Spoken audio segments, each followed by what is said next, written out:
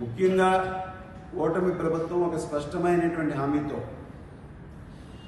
ఈరోజు ఉగాదికి ఏదైతే 10,060 ఉద్యోగాలు ప్రకటన చేశామో దానికి అనుగుణంగా ఈరోజు మనం చూస్తే మే 15, 2026లో ఉన్నత విద్యకు సంబంధించి 1,500 పోస్టులకు సంబంధించి నోటిఫికేషన్ విడుదల చేస్తారు.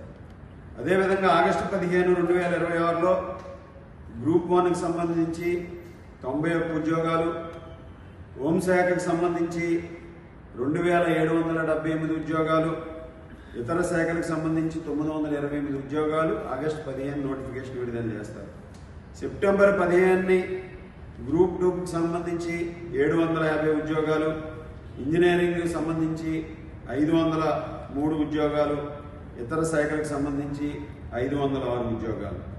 అక్టోబర్ 15 స్కూల్ అండ్ ఇంటర్మీడియట్ ఎడ్యుకేషన్కి సంబంధించి 3,004 ఉద్యోగాల భర్తీకి నోటిఫికేషన్ విడుదల చేయడం జరిగింది.